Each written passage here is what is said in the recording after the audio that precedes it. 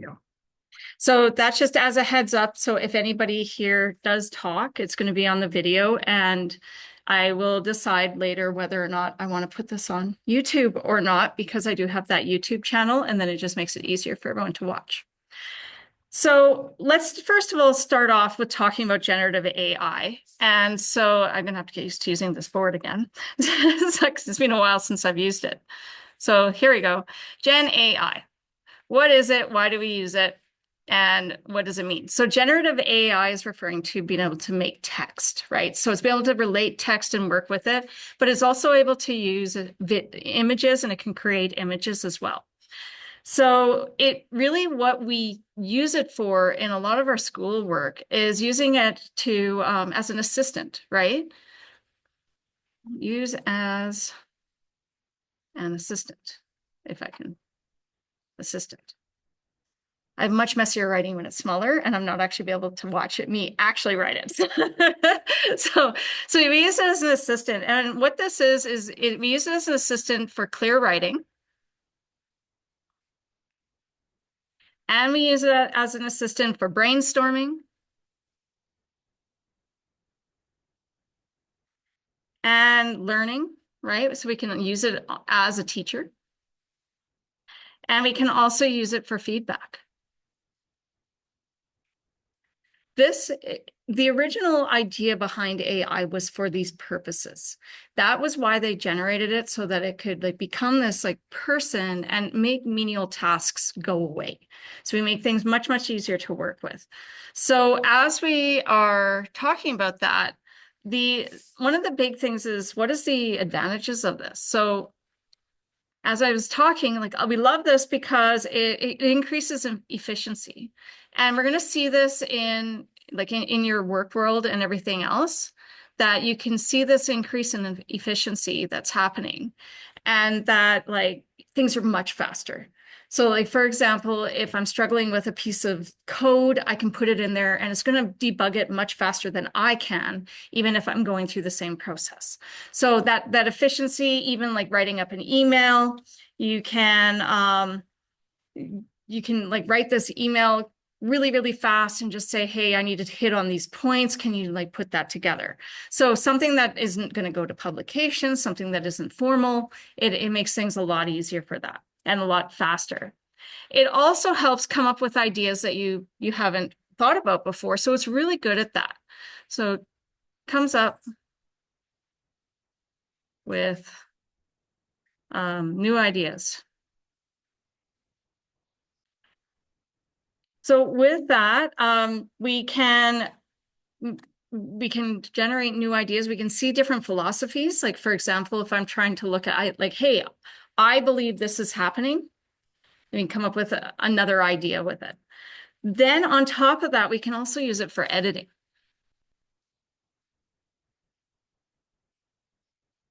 So it is really good at editing. I can send it through. It will make sure all my spelling is fixed. It'll make sure that my grammar is fixed. We've been using this for a really long time. Like, Word has had AI built in to be able to fix grammar and fix like spelling for a really long time. So this is nothing new. So with that, though, we can say, okay, we've done all this, but what are some of the disadvantages before we jump into how to use it? So a major disadvantage of this is really that it uses the internet for information. What that means is it's using the internet for information. So that means that you don't know if you're getting information that's actually correct. It could be based on misinformation that is out there. So it is not able to critically think through information for you. It can give you, hey, this is what I found, but that's all it can do. So a major disadvantage is that it can be using misinformation. Just pressed a button on my pen there. Can use misinformation.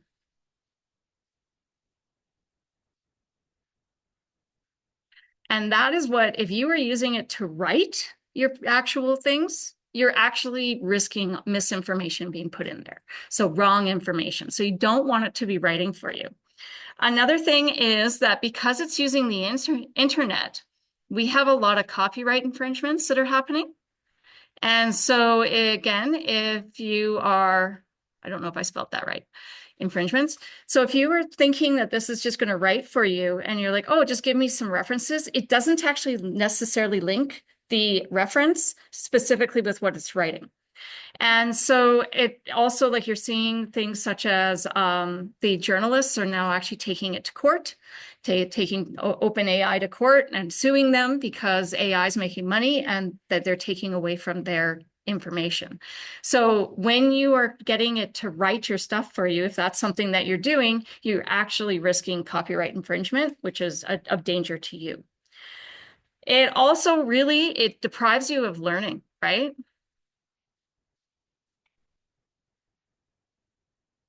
And this to me is one of the biggest things. Like, why would you even bother trying this? Why would you take away from that experience? And like for me, I am happy to learn new things. If you go out and you're like trying to get a job and you haven't learned anything, you're never going to be working. You're just going to lose jobs left, right, and center. So nobody is going to want to work with you.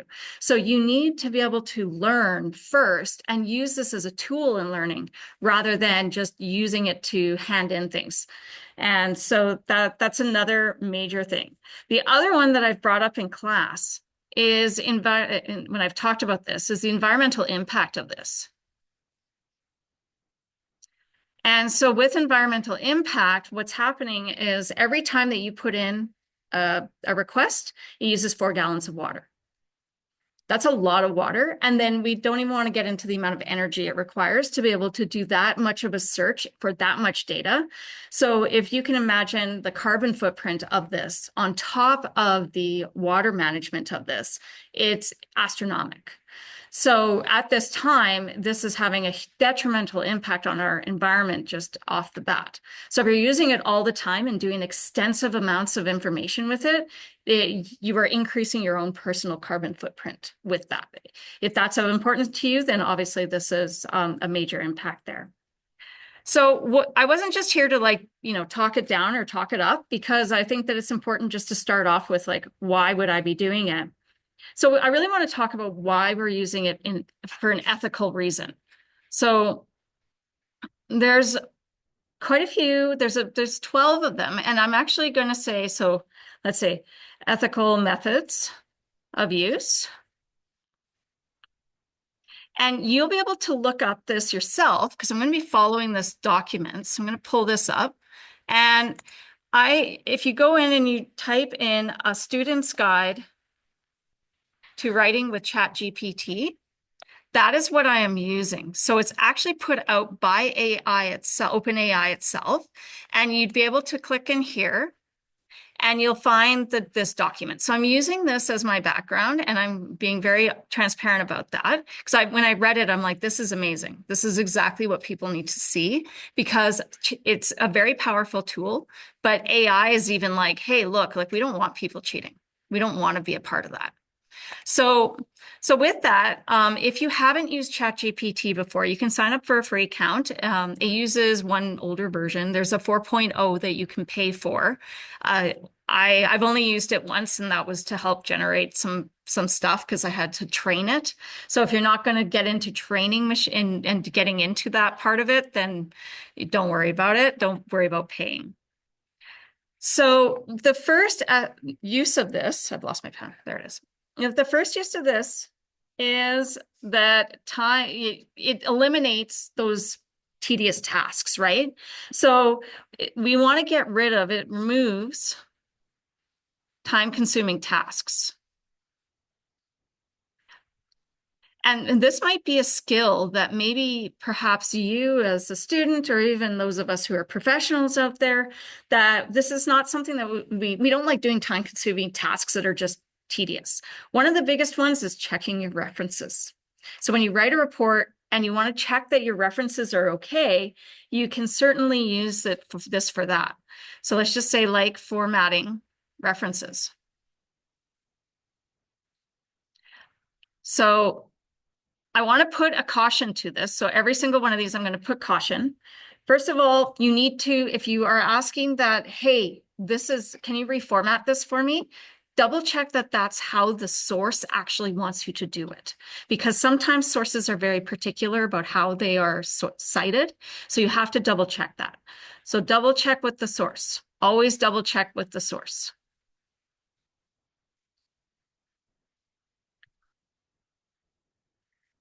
So if I go to ChatGPT, I said this was going to be more of a workshop. So I'm going to try my best to show some examples. I have very limited amount of time because there's a ton of stuff in this that I can talk about.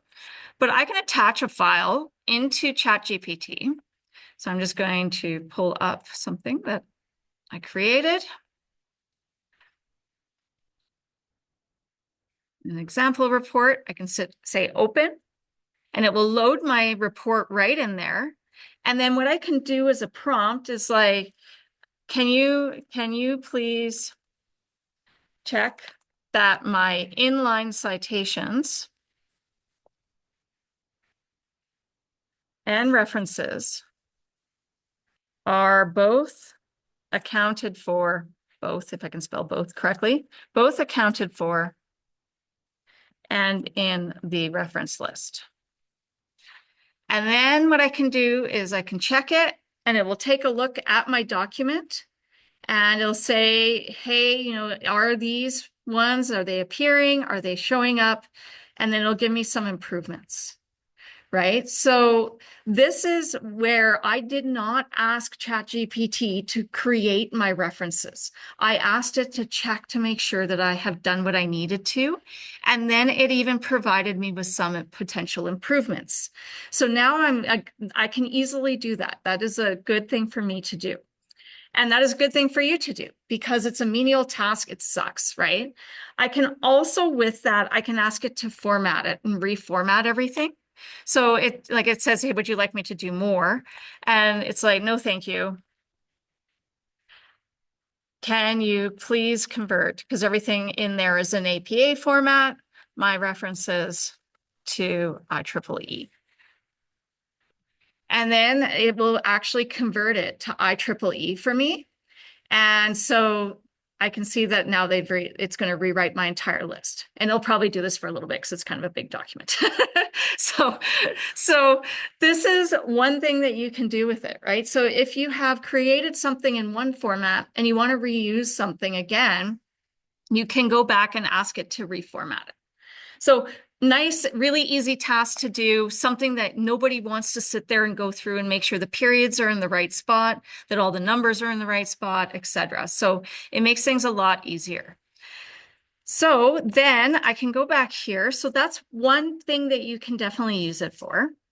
And another thing that you can use it for is getting background information.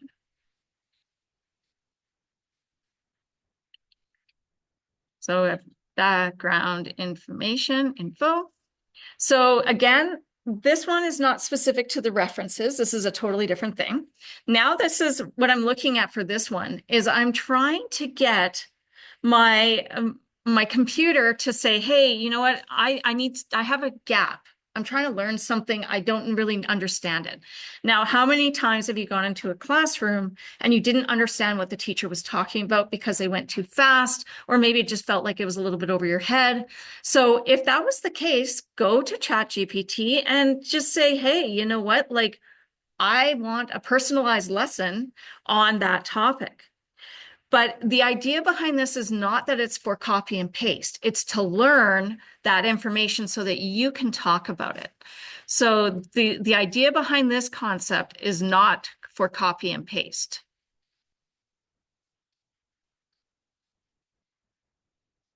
So if I go back to ChatGPT here, it's like, hey, so there you go. I did all 35 of them, and it would have taken me a heck of a lot longer to do that myself.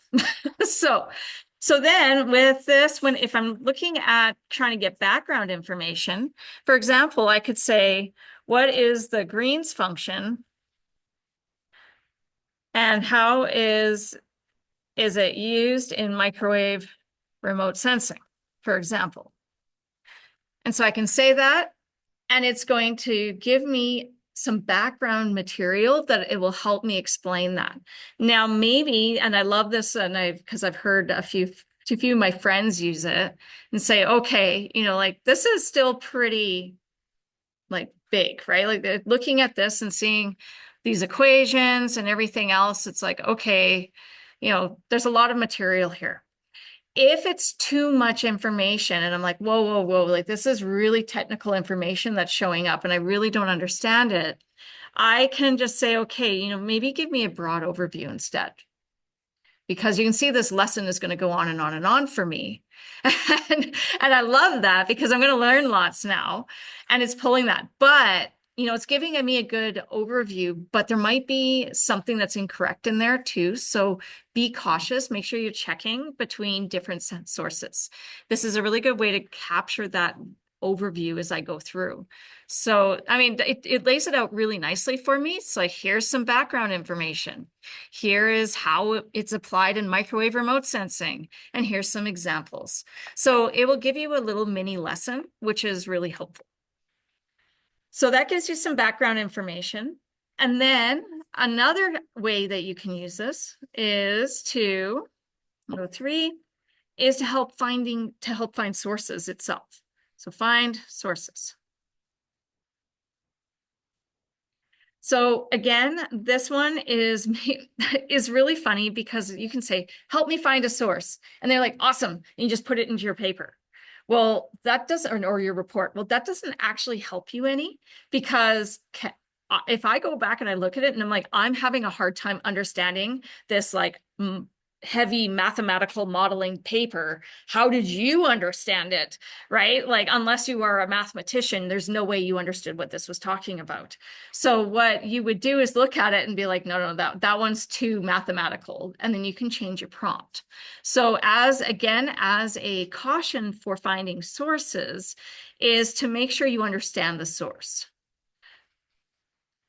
The idea is that you're actually reading the source, not just using the reference list.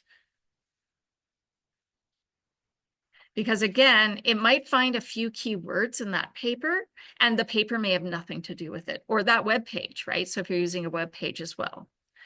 So again, as a caution, make sure you understand it.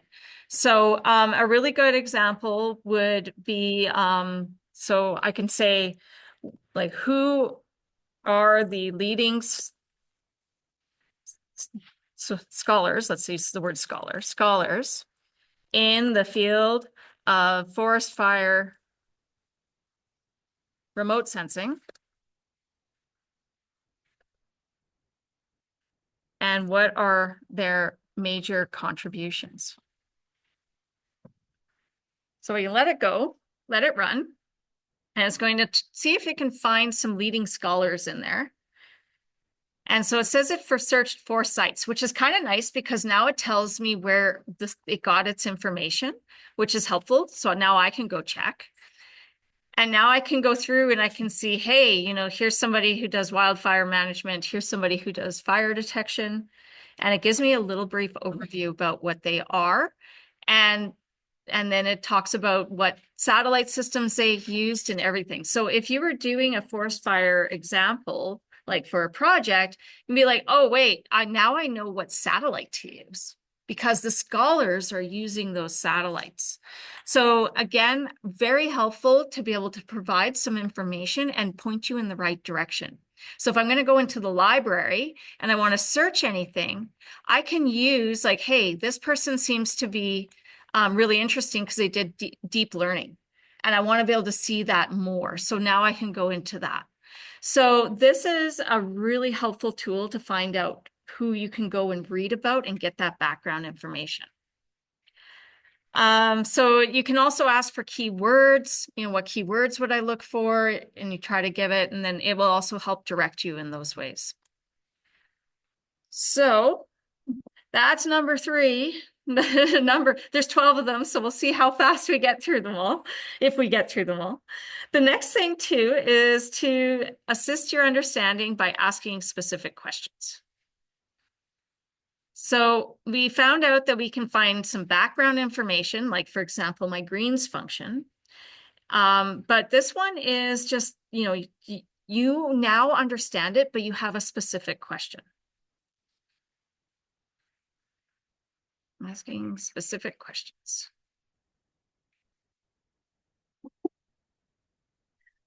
So again, this is not for copy and paste, right? So we'll just highlight that again, not for copy and paste, because you have to know and understand if it actually makes sense.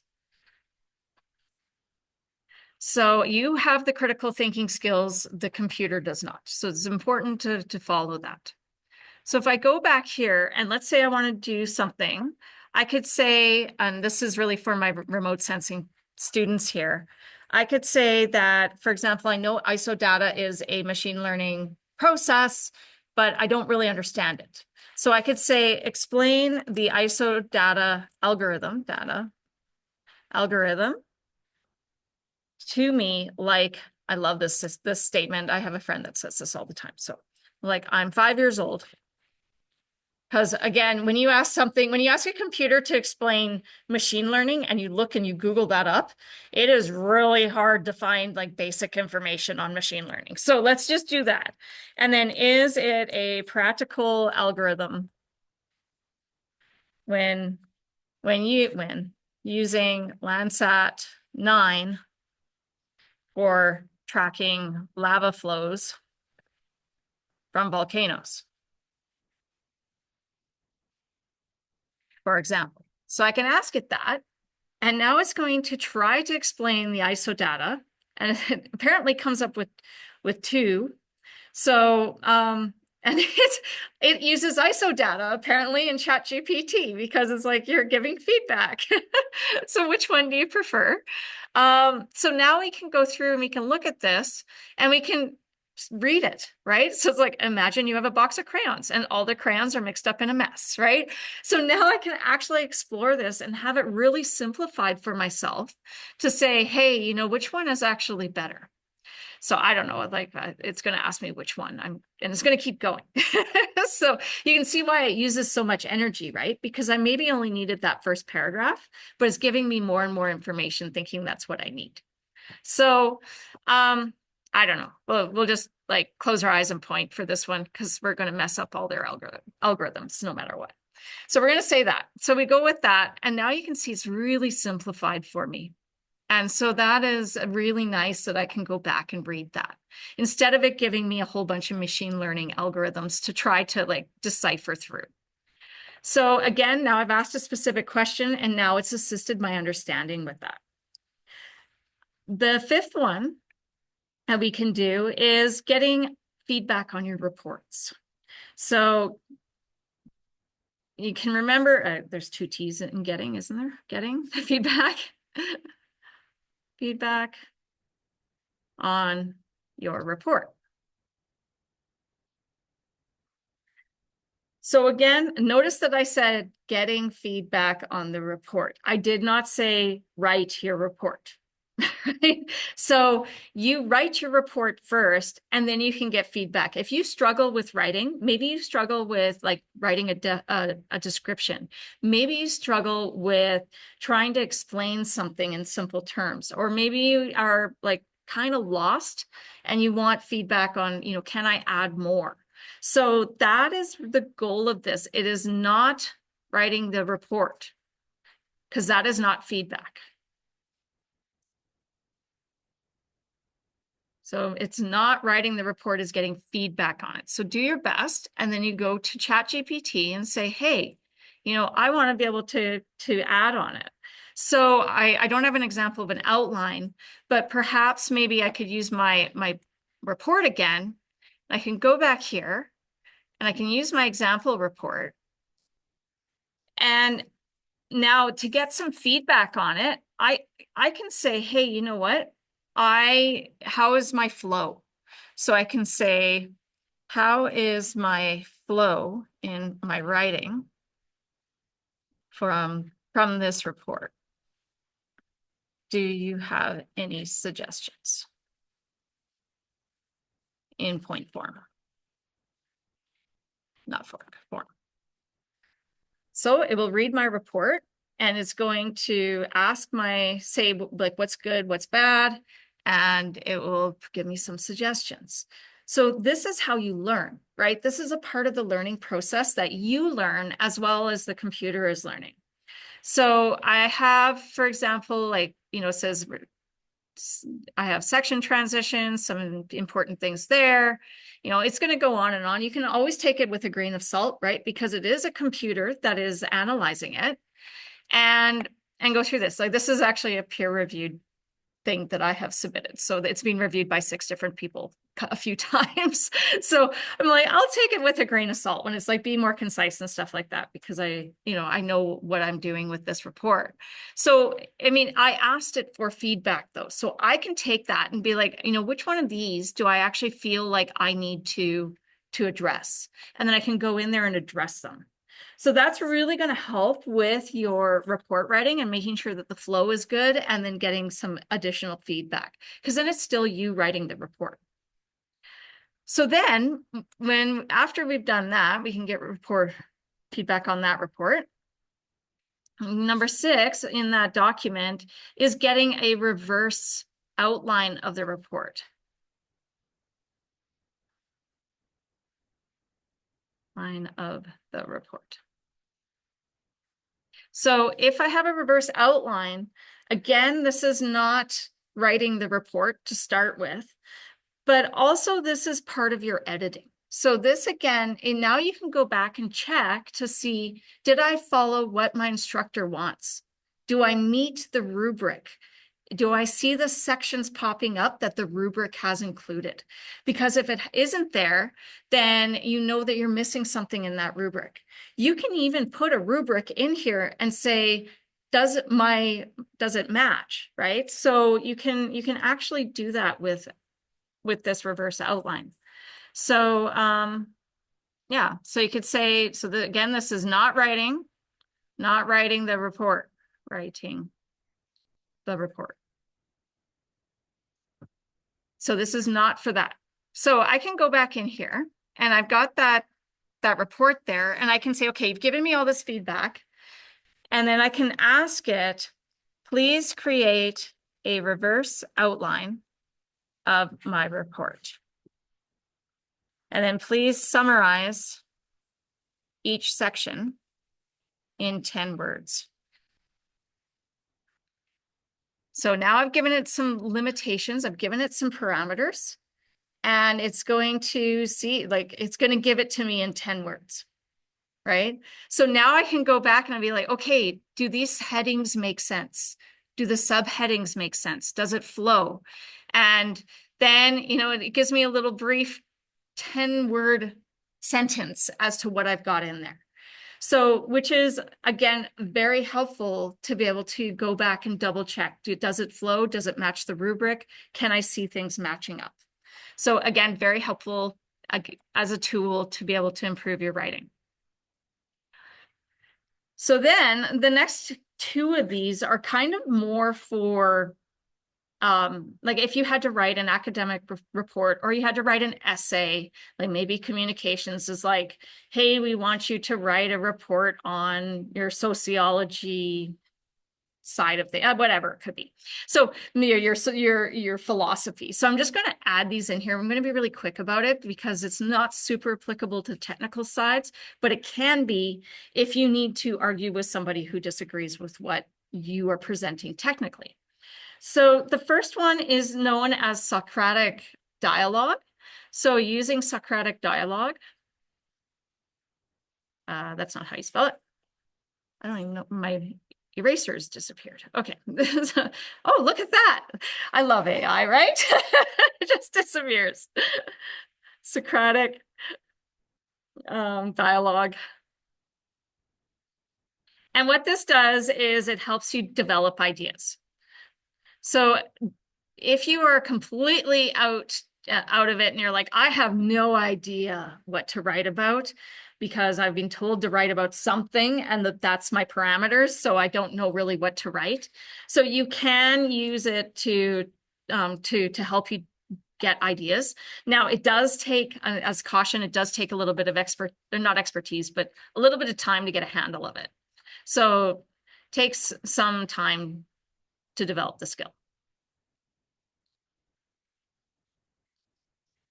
So with that, if I want to use this, I can go over to, again, to ChatGPT, And I have to write like a paragraph, right? To be able to get it to talk to me and provide me with that information. So for example, I can go put my rubric in there and say, okay, this is what needs to be done. But I can say I am writing a report on hyperspectral imaging in the oil and gas industry. Please interview me about my ideas and guide me. Guide me through a series of targeted questions.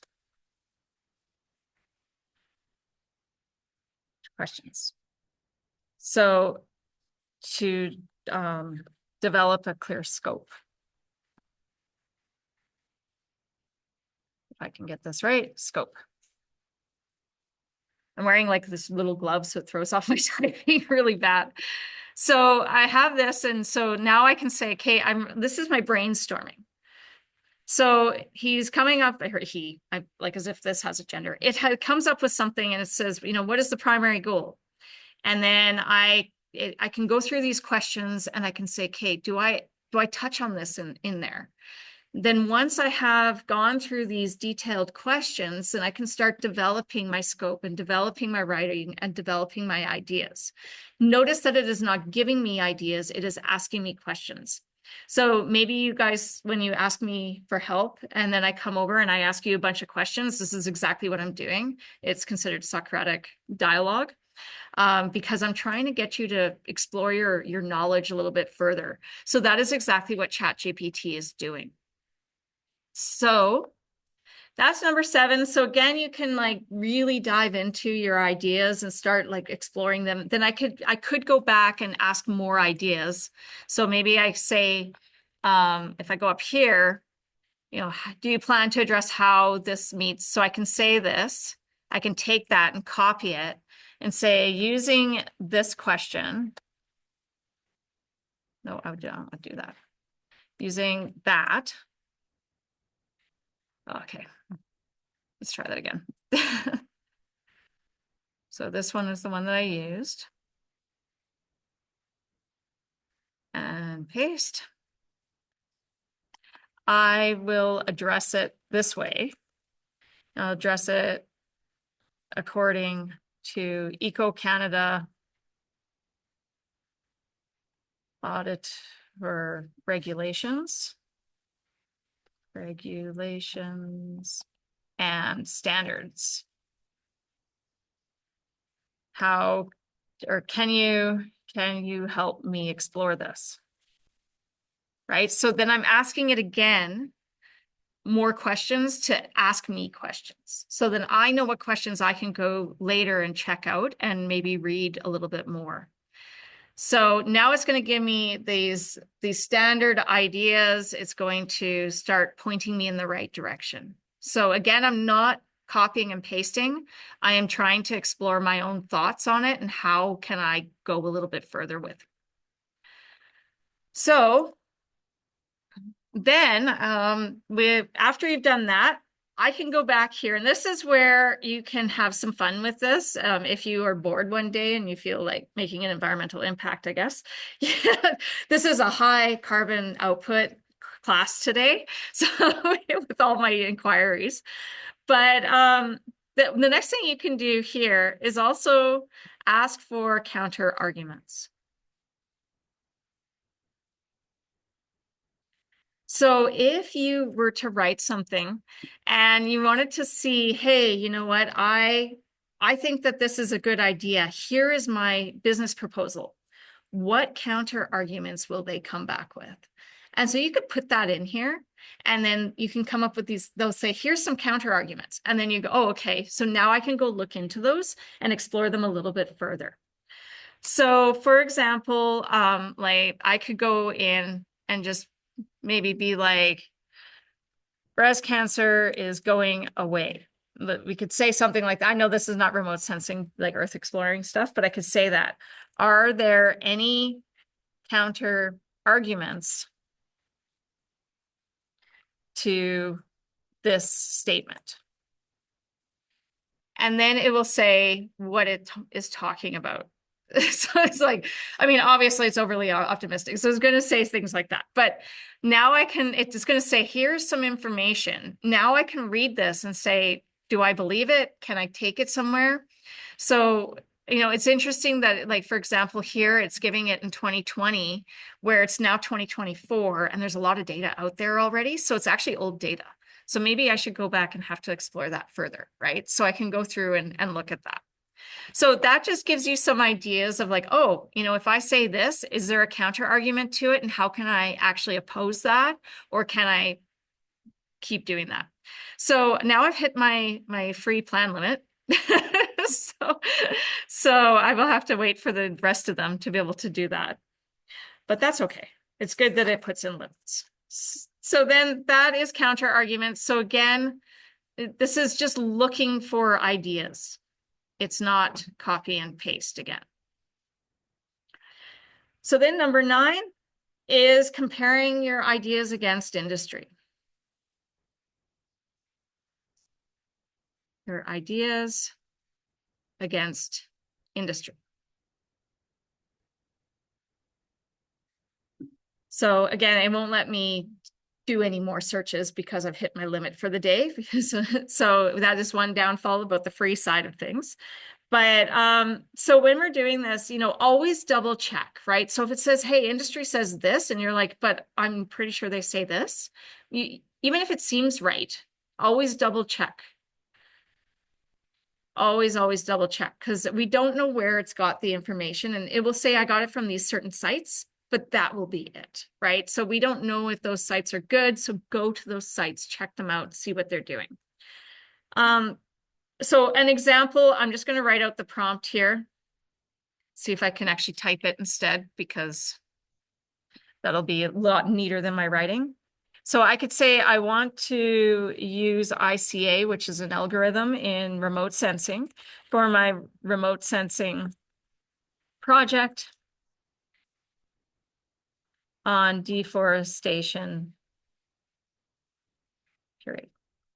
What have others said about it and why? And maybe I'll be more specific, like deforestation in the boreal forest, a forest in the Yukon. And then I would inquire using that statement, and then it will pull up a bunch of information for me. So again, pull information. I'm again being very specific about it, but I need to double check and see, does it relate to what I've got in my report? Right? So I can again use my own critical thinking skills to be able to analyze that. So then number 10, we have 3 more to go. So we're done with one thing. But again, I'm trying to like dump all this information on everybody, just so that you're able to take this and try it out at home. So number 10 is asking for iterative feedback.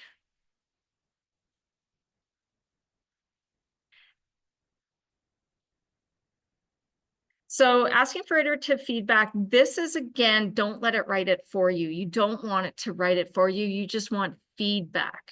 So, and I want to make a note that it is so obvious when you use AI to write things, because it's never specific and it's very, very general, unless you have driven it to be specific. And the only way you can do that is by actually providing the information to it. So I caution you that AI all sounds the same. I've seen that there was a big thing on it that was talking about it, and there was a study talking about people using AI in research and trying to assist with writing their research. And ever since generative AI has come up, there's a series of about 10 words that you would count before AI never, like, maybe showed up once or twice, and now it's like always used. And so there's certain words that AI constantly pulls. So it's really, really obvious when you use AI to write things for you, because it uses the same stuff over and over again. So when you're using iterative feedback, what we're really looking for is for you to ask it, like, give me 5 ideas on how to improve. right? Or maybe improve it, and then you go back and improve it, or give me a rationale behind this kind of feedback. So, so that's the goal. So if you were to prompt this, I keep pressing the button on the pen. So the prompt for this is, if I go here again, I could write it and say, give me 5 ideas on how to improve my report. And explain the rationale behind each suggestion. Because if you get the rationale, then you know where it's coming from. And then does it match with the requirements of what is needed? So again, if you're doing it for a course, you might want to say, hey, I have a rubric. I want to make sure that it's good, that it's matching that. So can you give me some improvements on how my report can match this rubric, right? So again, you can use stuff like that. Oh, 11. I can count. I honestly can count past 10. So then the next thing it does state, I'm just going to write this out. I'm not going to do anything with it, but there is an advanced voice mode that you can use. And if you pay for the ChatGPT, so if you happen to pay because you love using this so much, you can use advanced voice mode. And that mode is to help you with reading. So it allows you to stay focused because now you have somebody talking to you and saying the words while you were reading the page. So it works like an audiobook. So that also helps. Works like an audiobook. So I'm not going to do that, but if you need to read through, you have a digital version of the textbook and you need to go through this stuff, you can actually get it to read to you. And then you're not necessarily having to go through it yourself. And you can stop it at certain points and say, hey, I didn't understand that. Can you explain it? Which is really, really handy, right? So if you have a lot of reading to do, it's a great way to get through it really quickly and then go through the stuff that is confusing to you. So last but not least, the last of the 12 tips that it gives is improving your skills for writing. Your skills for writing. So with this, I want you to use this as a skill enhancer. It is not for writing. So it's a skill enhancer. So when you're doing a prompt for your skills for writing, so again, I'll just put that this way to keep everything standard. Prompt. And then beside it, so let's say I want to say, when reading my report, identify patterns and areas in my writing process for improvement.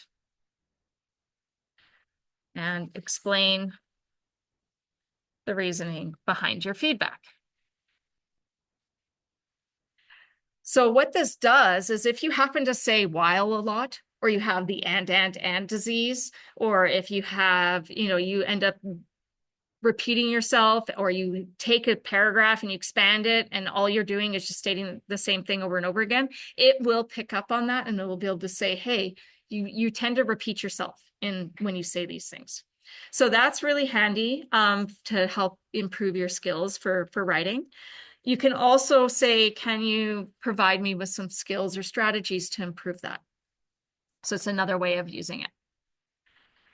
So those are 12 things that are ethical ways of using it for helping you with your reports. The other thing too is, if you use it, you need to be open about that. Be open about your use. This is probably the one thing that a lot of people miss out on and they forget. Because if you use it, just like what I did in ChatGPT, I went through and I had a conversation with this and it gave me a whole bunch of information. It is not my information. I did not come up with it, and I used it as a resource. So when you write a report, you always tell whoever the reader is what your resource is. So what is really cool about ChatGPT is that you can actually create a shareable link and you can cite it. So you need to cite that you've actually used it.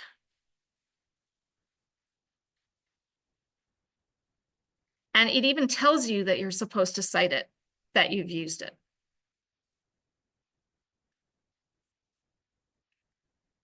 So with that, there's 2 steps. One step is create the link.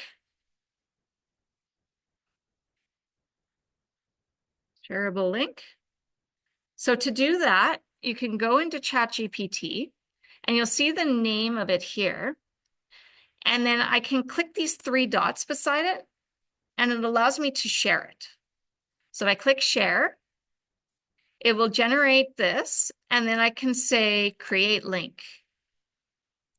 So I can copy this link and now I can put this into my report. So for example, I can just put it here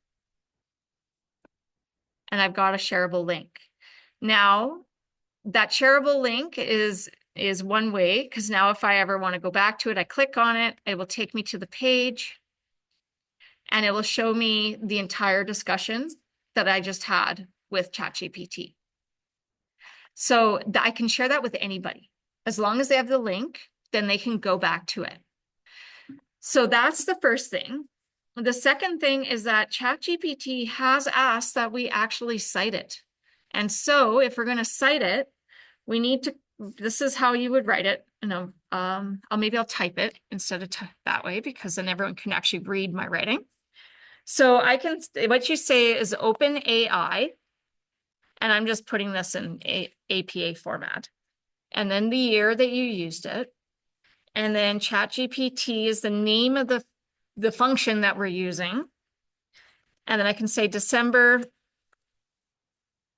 5th version, because I said 2024 already. And then I'm going to give it the name of my chat. So in my case, it is my citation and reference check.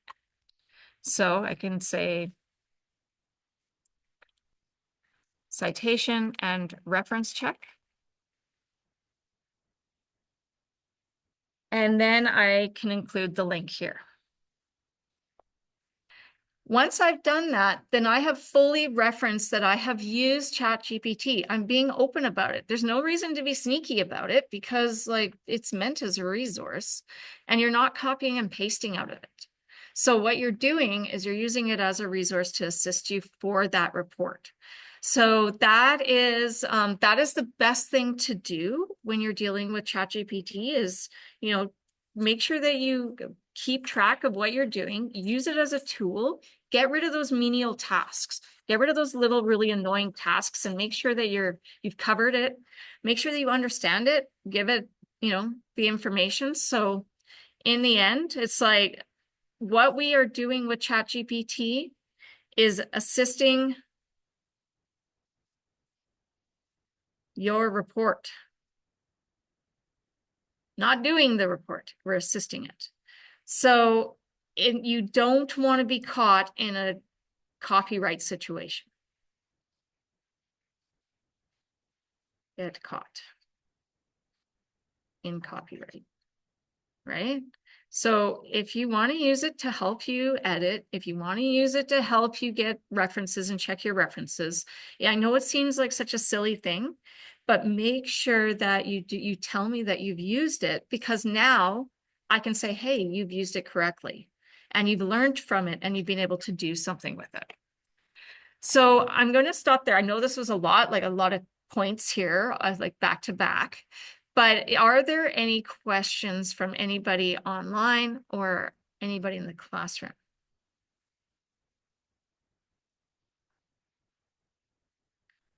Okay. Awesome. So I count to 5 for those of you who have never had me online. I count to 5. If you have questions offline, you're certainly welcome to ask me. And I would be happy to help you out and give you any advice on that and how to do this ethically. So thank you to everybody who's come, and thank you to anyone who's listening. So I'm going to stop the recording.